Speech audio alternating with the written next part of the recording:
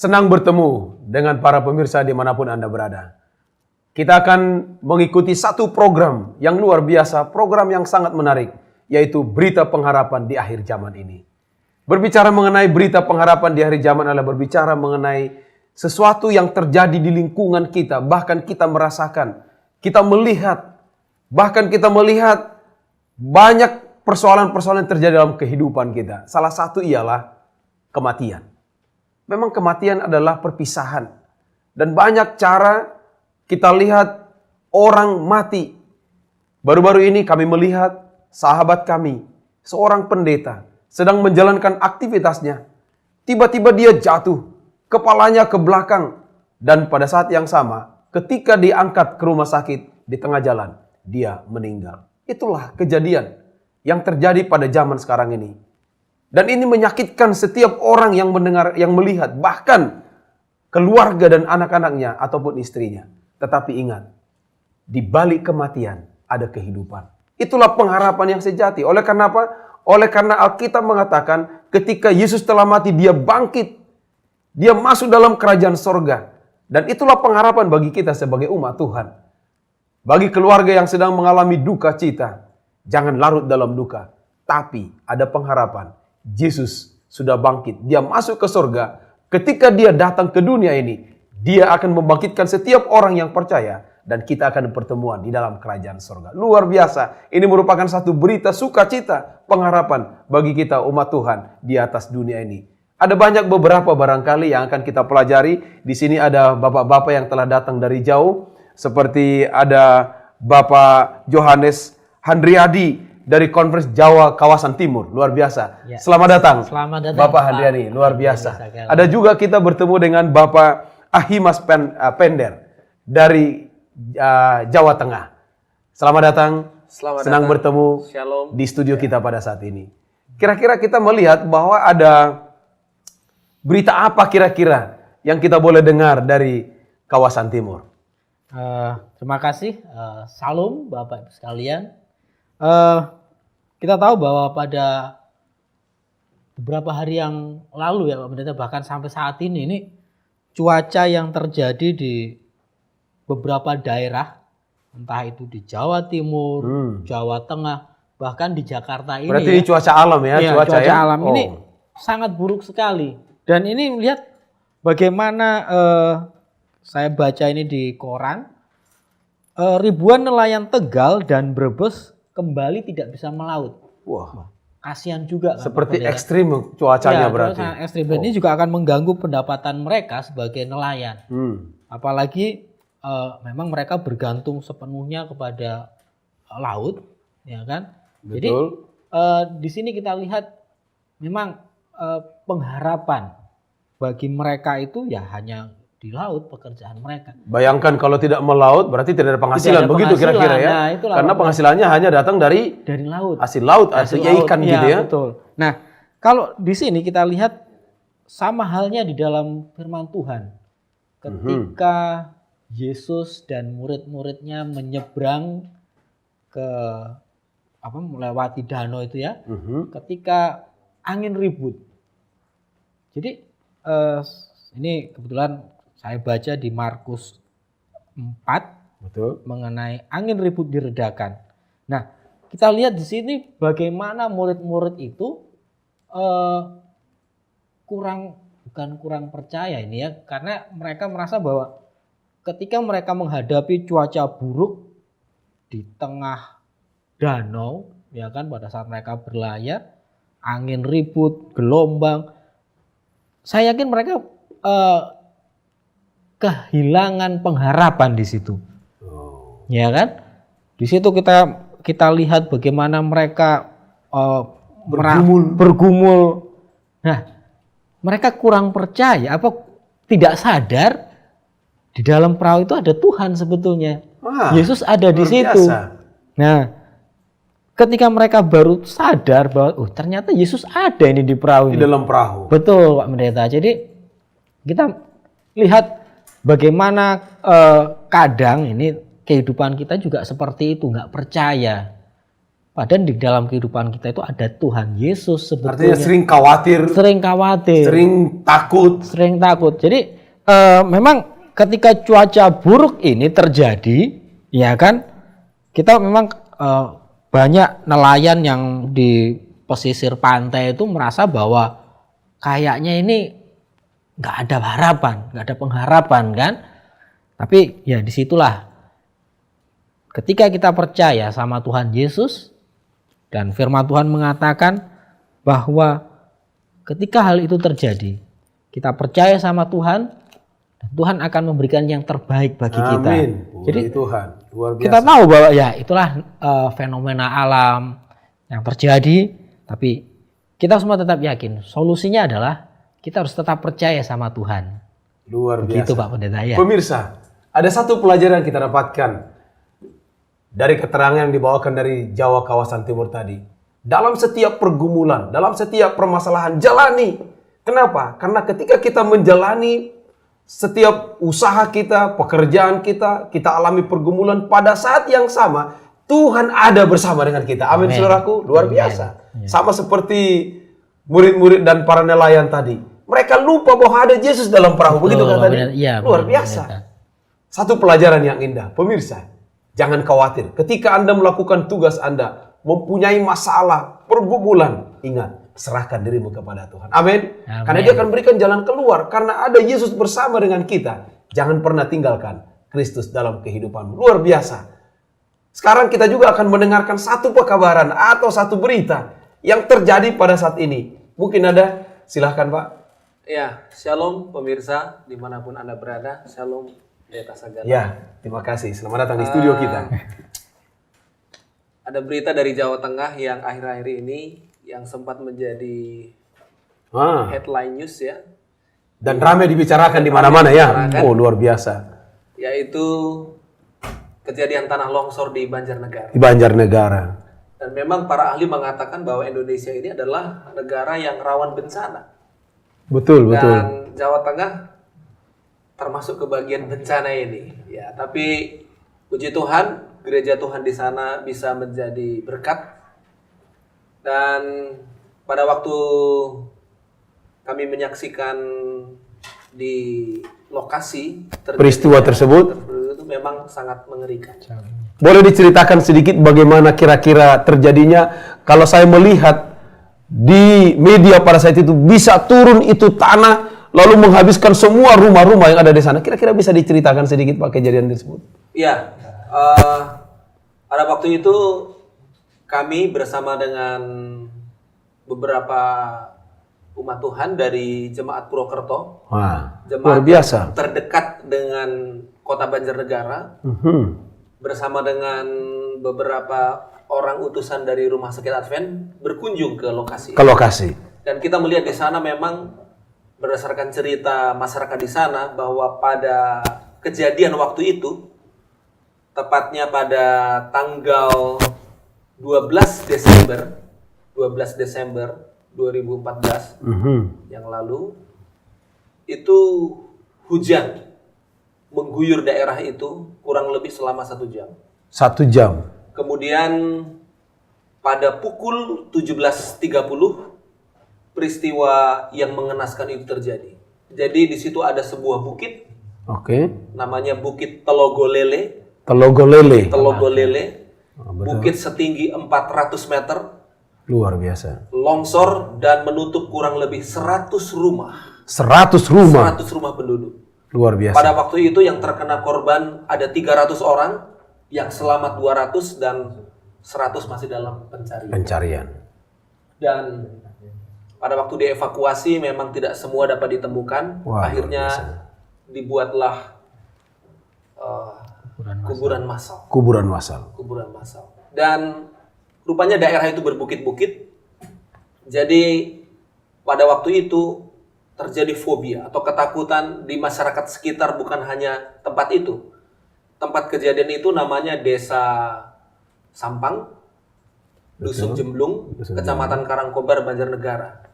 Ini longsoran itu menutup jalan raya penghubung Banjarnegara dengan Dieng. Dan memang untuk beberapa lamanya tempat itu ditutup karena dalam proses evakuasi. Luar biasa. Dan begitu kami melihat situasi di tempat itu memang mengerikan. Jadi kami dari Gereja Mahasiswa Advent Hari ke-7 daerah Jakarta Tengah Betul. bersama dengan Rumah Sakit Advent Bandung, juga dengan umat-umat Tuhan dari distrik Banyumas Purwokerto mengadakan bakti sosial di sana, Puji Tuhan. memberikan bantuan untuk masyarakat di sana, para korban, dan juga kebetulan kita punya satu keluarga yang berdedikasi, namanya keluarga Pak Firdaus. Pak Firdaus ya, Keluarga Pak luar Firdaus, biasa. suami istri perawat, bahkan anaknya yang pulang liburan diajak juga untuk bikin Ikut posko, melayani. ikut melayani. Oh, luar biasa. Puji Tuhan. Dan kita katakan kepada masyarakat di sana bahwa perlu tabah, perlu kuat, karena memang akhir zaman sudah tiba. Dan rupanya saya coba-coba baca Alkitab, ternyata bencana tanah longsor ini ada dinubuatkan di Alkitab. Oh, ada juga disebut dalam Alkitab ya? Oh, Saya akan ada. bacakan buat pemirsa di Yehezkiel 38 ayat 20. Demikian bunyi firman Tuhan. Ikan-ikan di laut, burung-burung di udara, binatang-binatang hutan, segala binatang melata yang merayap di bumi, dan semua manusia yang ada di atas bumi akan gentar melihat wajahku. Gunung-gunung akan runtuh, lereng-lereng gunung akan longsor, dan tiap tembok akan roboh ke tanah. Wah, jadi Luar ini biasa. ada lereng-lereng gunung akan longsor. Jadi pemirsa dan saudara-saudara, memang apa yang dikatakan Alkitab itu benar adanya. Dunia ini semakin tua, makin banyak bencana yang terjadi, baik di laut, di udara, ya, bahkan juga di gunung. Ya, bukan hanya gempa bumi, di gunung, gunung pun bisa longsor. Ini Bukit Telogolele ini salah satu bukti bahwa bencana bisa terjadi dimanapun. Menarik ini, pemirsa. Mungkin kita tanyakan satu pertanyaan barangkali. Apakah karena memang struktur tanahnya yang gampang longsor, atau karena memang hujannya hanya 1 jam kok bisa longsor seperti ini? Kira-kira bagaimana menurut penelitian kalian pada waktu berkunjung ke lokasi? Ya, memang menurut para ahli geologi dan orang-orang di sana, memang wilayah itu sangat kurang pohon-pohon keras. Tanaman-tanaman besar itu kurang. Karena di sana daerah salak, Pak Pendeta. Oh. Jadi akar-akar serabut dan juga tanaman-tanaman sayur. Jadi kalau ada curah hujan yang begitu besar, ini tidak cukup menahan retakan tanah, sehingga memang daerah itu bukan hanya desa itu, tapi dikhawatirkan juga di daerah sekitar wilayah itu juga bisa mengalami tanah longsor. Baik, pemirsa, ada senang kita lihat tadi keterangannya bahwa ada umat Tuhan yang selalu memberikan pertolongan.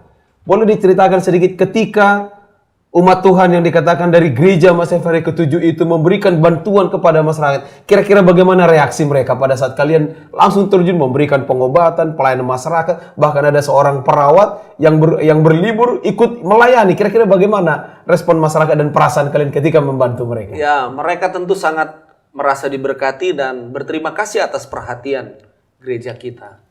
Walaupun di sana masyarakat pada umumnya saudara-saudara kita umat Muslim, tapi mereka menerima keberadaan kita untuk bantuan kemanusiaan, tersebut, ya. kemanusiaan. Dan ada cerita lucu nih di sana. Oke, nggak apa-apa. Iya, cerita lucunya setelah kita mengadakan bakti sosial, kita sempat mampir ke warung di pinggir jalan itu banyak di wilayah itu, mereka jual salak.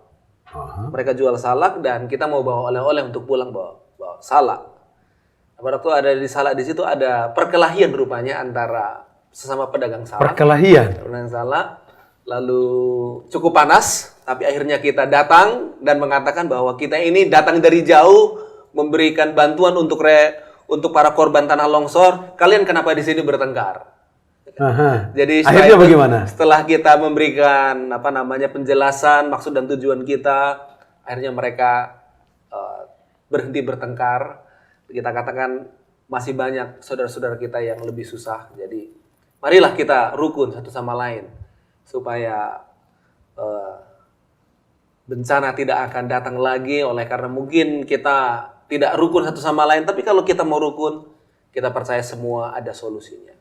Jadi saya memberikan semangat kepada mereka dalam situasi seperti ini. Mereka harus berharap kepada Tuhan karena firman Tuhan mengatakan Dia akan menyertai kita senantiasa. Amin. Sampai Puji akhir Tuhan. zaman, ya. Pemirsa, senang sekali mendengarkan berita-berita yang terjadi dan itulah berita pengharapan di akhir zaman ini. Karena kita tidak bisa luput daripada masalah-masalah yang kita hadapi. Apapun yang terjadi, ingat, serahkan dirimu kepada Tuhan. Serahkan segala sesuatu kepada Tuhan. Ingat, ada Yesus yang selalu berjalan bersama dengan kita. Sebelum kita melanjutkan acara perbincangan kita dengan beberapa narasumber yang kita undang dari jauh, kita dengarkan sebuah lagu yang dibawakan oleh Bapak Iriandi.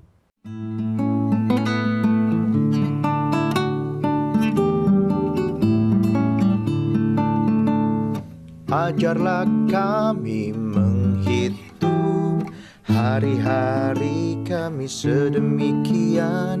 Ajarlah kami menghitung hari-hari kami sedemikian.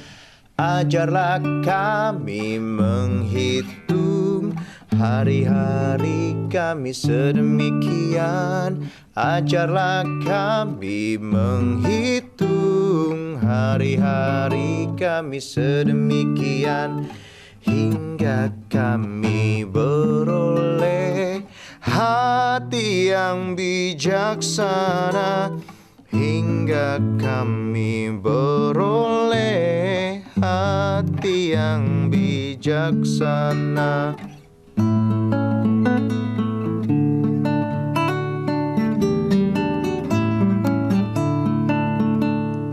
Ajarlah kami menghitung hari-hari kami sedemikian. Ajarlah kami menghitung hari-hari kami sedemikian. Ajarlah kami menghitung hari-hari kami sedemikian. Ajarlah kami menghitung hari-hari kami sedemikian, hingga kami beroleh hati yang bijaksana, hingga kami beroleh hati yang bijaksana, hingga kami beroleh hati yang bijaksana, hingga kami beroleh hati yang bijaksana. Mazmur 90 ayat 12. Pemirsa, senang bertemu dengan saudara dimanapun saudara berada. Kita tiba pada satu program, yaitu Berita Pengharapan di Akhir Zaman. Berbicara mengenai akhir zaman, berbicara mengenai situasi yang sedang terjadi. Bahkan ini pun bisa kita alami di lingkungan sekitar di mana kita berada. Seperti yang terjadi pada saat-saat ini. Bahkan berita sampai mendunia. Seperti pesawat AirAsia yang jatuh. Itu satu peristiwa yang tidak bisa disangka-sangka manusia. Masih berbicara pada pagi hari, bertemu. Tapi ketika beberapa jam, hilang. Saudara mengetahui, jenazah sampai sekarang ini belum ditemukan seperti yang diharapkan. Boleh kita bayangkan bagaimana keluarga menunggu sahabat, orang tua, suami, keluarga anak tidak tiba di rumah. Itulah yang terjadi pada saat sekarang ini. Ada banyak kekecewaan, ada banyak masalah dihadapi oleh umat manusia. Tapi ingat, ada berita pengharapan yang akan kita lihat pada saat-saat sekarang ini. Sekarang ini ada dua tamu kita pada saat ini, yaitu Pendeta Nixon, datang dari Jawa kawasan Barat. Selamat datang, Pendeta Nixon. Apa kabar? Baik, Puji Pendeta Tuhan. Sarah. Bersama kita juga Pendeta Dwi datang dari Kalimantan Timur. Ini sangat jauh ini beliau datang. Selamat datang di studio. Apa kabar pada saat ini? Sehat? Sehat dan baik. Luar biasa. Bagaimana perjalanan dari Kalimantan ke Jakarta? Cukup melelahkan. Cukup melelahkan? Luar biasa. Kita akan dengarkan dari mereka berita-berita yang sedang terjadi, yang sedang hangat, yang mereka alami di setiap daerah. Karena bukan hanya di Jakarta ini berita itu terjadi atau pengalaman-pengalaman penderitaan itu, tetapi juga di luar daerah. Kita akan mendengarkan bagaimana pengalaman yang dialami oleh Pendeta Nixon di Bandung. Boleh kira-kira diceritakan kira-kira berita apa yang terjadi, yang bisa dialami bahkan diceritakan pada saat ini? Terima kasih Pendeta Sagala oleh karena kesempatan yang diberikan. Berita dari Kota Bandung, Januari 2014, Kota Bandung itu cerah. Namun 1 tahun setelah itu, Januari 2015, Kota Bandung itu diguyur oleh hujan. Ini bencana alam berarti Bencana alam. Bencana alam. Sehingga terjadi banjir di mana-mana. Ada di Kota Bandung, khususnya di kota yang namanya Balai Indah, dan bahkan sampai ke Ranca Ekek, dan bahkan ke luar kota yang disebut dengan nama Kota Indramayu. Kota Indramayu. Sehingga Wali Kota Bandung, Ridwan Kamil, membuat 2 program yang baru. Program yang pertama adalah mendenda masyarakat Kota Bandung yang kedapatan membuang sampah dengan Luar sembarangan. biasa. Dan tidak tanggung-tanggung, 200.000 sekali buang sampah. Lalu program yang kedua, Ridwan Kamil membuat program untuk merazia mobil-mobil di Kota Bandung yang sedang jalan. Dan yang razia yang dilakukan adalah mendenda setiap mobil yang tidak memiliki keranjang sampah di dalam luar mobil. biasa ini. Ini model baru ini ya. Ini mencegah supaya sampah tidak berada di mana-mana, kira-kira begitu. Ya, karena setelah dilihat bahwa terjadinya banjir ini banyak oleh karena sampah itu dibuang dengan sembarangan, sehingga terjadilah penyumbatan di selokan-selokan, sehingga itu membuat banjir di mana-mana. Mantap. Jadi kira-kira apa lagi yang saudara lihat akibat daripada banjir ini? Artinya akibatnya kepada masyarakat pada saat banjir di mana-mana pada waktu terjadi di Bandung. Ya, jadi bila mana terjadi banjir seperti ini, 1 atau 2 hari hujan lebat, maka akan terjadi banjir yang surutnya air ini sampai 1 minggu. Sehingga perekonomian rakyat, anak-anak tidak sekolah, dan bukan hanya itu, banyak kerugian materi, dan bahkan penyakit bermunculan. Betul. Ini membahayakan. Bila mana hal ini terus terjadi, maka kota ini tidak akan maju. Dan masyarakat juga akan menderita. Luar biasa. Pemirsa, ada satu hal yang kita dapatkan. Pengalaman pemerintah yang ada di Bandung. Yaitu untuk mencegah sampah dibuang di mana-mana. Didenda setiap orang yang membuang sampah sembarangan. Bahkan mobil-mobil pun dirazia, didenda ketika mereka tidak mempunyai tempat sampah di mobil. Ini sesuatu hal yang menarik. Ya pendeta di sana ya. Baik, ini mungkin pertanyaan yang berikutnya adalah, apa kira-kira yang dilakukan oleh umat Tuhan atau gereja Advent di mana Bapak bisa melayani untuk menolong mencegah banjir ini atau menolong korban banjir pada saat itu? Adakah kira-kira yang menjadi bantuan yang dibuat kepada masyarakat pada saat itu? Nah, terima kasih Pendeta Sagala. Tahun lalu ketika terjadi bencana yang sama, maka di Gereja Masih Advent Hari ke-7 hanya bisa melakukan bantuan membagikan sembako, charity klinik, lalu penyuluhan masyarakat supaya mereka mencintai kesehatan mereka, Betul. lalu mencintai lingkungan mereka dengan tidak membuang sampah. Namun di tahun 2015 ini kita membuat satu program khususnya orang-orang muda yang diberi nama YES. Orang muda. Orang muda. Puji Tuhan. YES. YES ini adalah singkatan dari Youth Emergency Service. Jadi Youth Emergency Service ini dilakukan untuk melatih orang-orang muda kita untuk menjadi seorang peduli kepada masyarakat, khususnya untuk gawat darurat. Termasuk di dalamnya banjir, kemudian gempa bumi, Kebakaran barangkali. kebakaran, lalu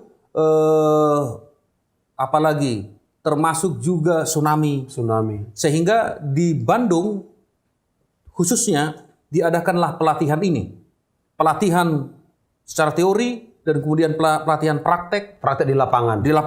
Jadi baru-baru ini tanggal 31 sampai tanggal 1 kita adakan pelatihan di Rumah Sakit Advent di Bandung di Jalan Ciamplas. mungkin Pendeta Sagala tahu itu. Ya, saya tahu. Lalu setelah itu kita adakan praktek langsung di lapangan. Luar biasa. Ya, dan kali ini kita ambil tempat di Pangandaran, tepatnya di Pantai Mandasari. Luar biasa. Nah, lalu ketika itu kita buat simulasi bagaimana mengadakan pertolongan. Baik, menarik. Kira-kira sejauh mana minat orang muda ketika diadakan pelatihan seperti ini? Karena orang muda ini biasanya dia full power, tenaga, bahkan suka tantangan. Kira-kira bagaimana animo orang muda ketika dilibatkan dalam pelatihan di lapangan tersebut? Luar biasa, Pendeta Sagala. Oh, mantap. Kenapa saya katakan luar biasa? Sesungguhnya yang kita harapkan yang dilatih ini hanya cukup 40 orang. Sebab itu standar 40 orang satu kelas. Namun kali ini karena minat itu banyak sampai kepada 50 orang dari orang muda ini. Ini kita lakukan sesi pertama di tahun 2015. Luar biasa.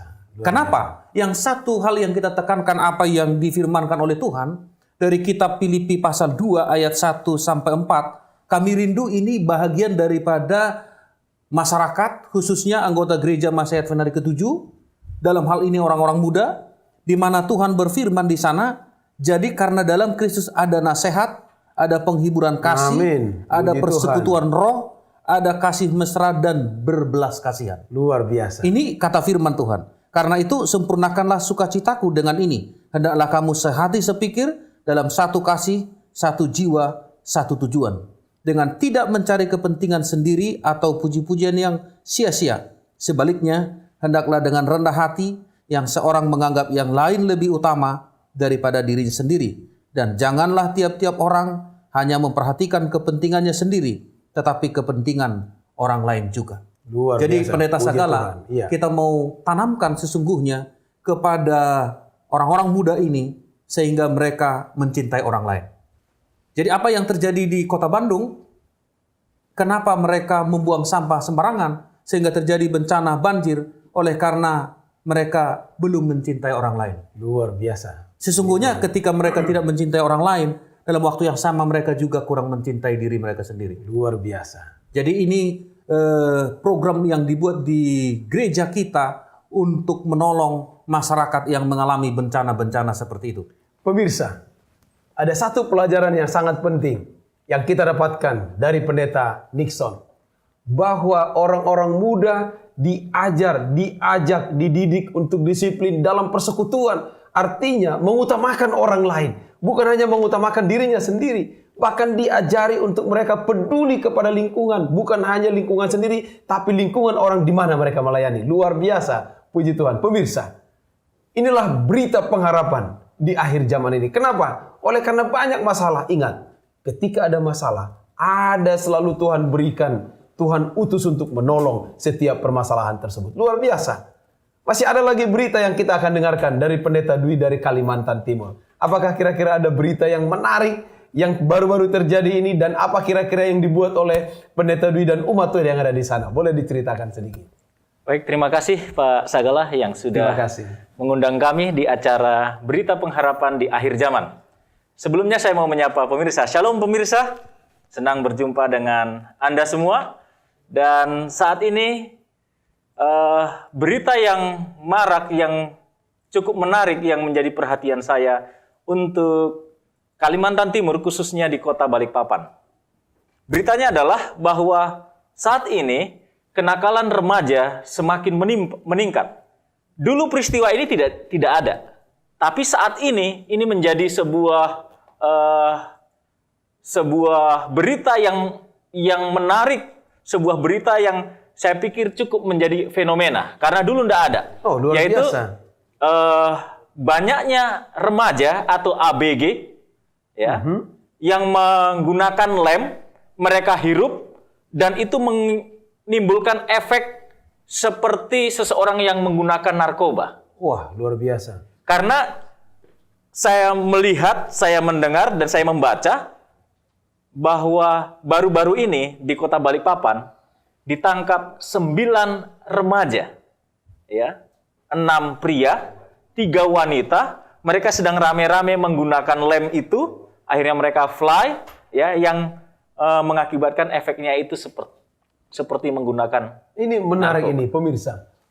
Kenapa terjadi perubahan paradigma dan fenomena ini terjadi? Kalau dikatakan dulu tidak, sekarang jadi dilakukan oleh para ini. Kira-kira apa yang menyebabkan mereka seperti itu? Ini bisa terjadi dari berbagai hal. Oleh karena orang tua juga bisa terlalu sibuk. Demikian juga kita melihat bahwa dari kesibukan orang tua ini bisa mengakibatkan anak-anak remaja kurang perhatian, lepas kontrol di rumah, pengaruh teman-teman, pengaruh sosial yang akhirnya mereka bisa menggunakan hal-hal yang berbahaya ini, ya. Dan efeknya ini mirip dengan seseorang yang terkena narkoba. Baik. Ya. Tadi menarik dikatakan oleh Pendeta Dwi bahwa terjadi kepada anak-anak remaja yang masa depan mereka sebenarnya masih panjang, masih cerah, tapi ini sudah dilakukan. Apakah ada sesuatu yang dilakukan oleh pendeta dengan umat Tuhan yang ada di sana atau orang-orang muda kita untuk mencegah ini, atau apakah ada penyuluhan, bantuan, apakah ada seminar-seminar kesehatan? Kira-kira bagaimana? Apa yang dibuat oleh gereja kita untuk menolong situasi ini supaya tidak terjadi kepada remaja yang ada di Kalimantan Timur? Baik, terima kasih Pak Segala. Bahwa kami dari Gereja Advent, kami mempunyai satu program namanya Pathfinder. Ini mirip kegiatan pramuka, tapi ini pramuka gereja yang menitik beratkan kepada masalah kepemimpinan dan banyak ditanamkan hal-hal yang rohani di sana, sehingga ketika anak-anak remaja kita ini kuat di dalam kerohanian, maka dia tidak akan mudah untuk terkena efek dari pergaulan-pergaulan sosial yang tidak baik. Baik, tertarik ini kata Pathfinder ini untuk anak-anak remaja. Kira-kira apa yang kalian buat dan program-program apa yang kalian buat tentang Pathfinder ini untuk mengajar anak-anak? Kira-kira apa saja yang kalian ajarkan? Namanya program Pathfinder ini yang dikatakan pramuka, tapi pramuka di gereja tadi. Kira-kira apa? Kalau saya melihat, saya masih mengingat saya pernah ikut pramuka, diajarkan disiplin, tanggap darurat, praktek di lapangan. Apakah seperti itu yang diajarkan kepada Pathfinder yang ada di gereja yang disebutkan oleh Pendeta Dwi tadi? Baik, terima kasih. Bahwa kegiatan Pathfinder ini ada kegiatan di dalam ruangan, ya, ada juga kegiatan di luar ruangan seperti camping, ya, seperti bakti sosial, dan juga kegiatan-kegiatan lainnya, disiplin juga ditanamkan. Tetapi tidak lupa bahwa kami juga menanamkan hal-hal yang rohani. Nah, sebagaimana firman Tuhan di dalam buku Amsal, ya, Amsal pasal 22 ayat yang ke-6 katakan, didiklah orang muda menurut jalan yang patut baginya, maka pada masa tuanya dia tidak akan menyimpang dari jalan itu. Jadi kalau kita mau lepaskan orang muda, biar sajalah nanti dia dewasa dengan sendirinya, maka orang muda kita terancam dalam keadaan bahaya, ya. Jadi, apakah ada pengalaman Pathfinder itu membantu mereka yang kena narkoba yang pernah dibuat oleh orang muda di Kalimantan? Iya. Jadi kami di Kalimantan juga mengadakan kunjungan ke tempat panti rehabilitasi narkoba. Jadi inilah yang juga kami lakukan. Jadi untuk membatasi orang-orang muda kita, menguatkan orang-orang muda kita supaya mereka tidak terjerumus dalam pergaulan sosial yang tidak baik. Luar biasa, Pendeta Dwi, luar biasa. Jadi ditanamkan orang muda untuk menolong, peduli. Sama seperti yang dibacakan oleh hamba Tuhan Pendeta Nixon tadi, bahwa orang muda itu diajak untuk peduli kepada masyarakat, peduli kepada lingkungan, ada persekutuan, ada kasih. Pemirsa, ada satu pelajaran yang sangat penting yang kita dapatkan pada sore hari ini. Dan itulah pelajaran yang sangat penting, bahwa orang-orang muda, semasa masih muda dan remaja, tanamkan kasih peduli terhadap orang lain. Amin, saudaraku. Luar biasa. Inilah yang disebut dengan berita pengharapan di akhir zaman ini. Mudah-mudahan dengan pembahasan kami, para hamba-hamba Tuhan yang sudah kita wawancarai pada saat ini, bahkan mereka memberikan pengalaman-pengalaman, bantuan langsung kepada masyarakat yang menderita, yang mengalami banyak masalah, pencobaan, bahkan bencana sekalipun. Mari kita lihat bahwa mereka sudah memberikan yang terbaik kepada masyarakat. Itulah artinya kita peduli satu dengan yang lain. Demikianlah program yang kami buat tentang berita pengharapan di akhir zaman. Sebelum kita mengakhiri, kita akan berdoa pada saat ini. Mari kita tunduk kepala dan kita berdoa. Bapa di sorga, terima kasih oleh karena kami boleh melihat, kami boleh mempunyai pengalaman, bahkan umat-umat Tuhan ikut campur tangan dalam membantu setiap mereka yang mengalami bencana maupun masalah dalam kehidupan mereka. Bapa di sorga, walaupun kami banyak mengalami masalah, pencobaan, tantangan, baik secara pribadi ataupun bencana alam, Tuhan berada bersama dengan kami. Tuhan selalu utus orang yang selalu menolong dan peduli. Akhirnya mereka boleh merasakan bahwa Tuhan selalu menolong dan memberkati mereka. Bapa di sorga, biarlah kiranya setiap pemirsa yang melihat program Berita Pengharapan di Akhir Zaman ini, kiranya Engkau berkati mereka dimanapun mereka berada. Terima kasih Tuhan. Biarlah kiranya kami boleh merasakan Engkau hadir bersama dengan kami. Di dalam nama Tuhan Yesus kami berdoa. Amin. Amin.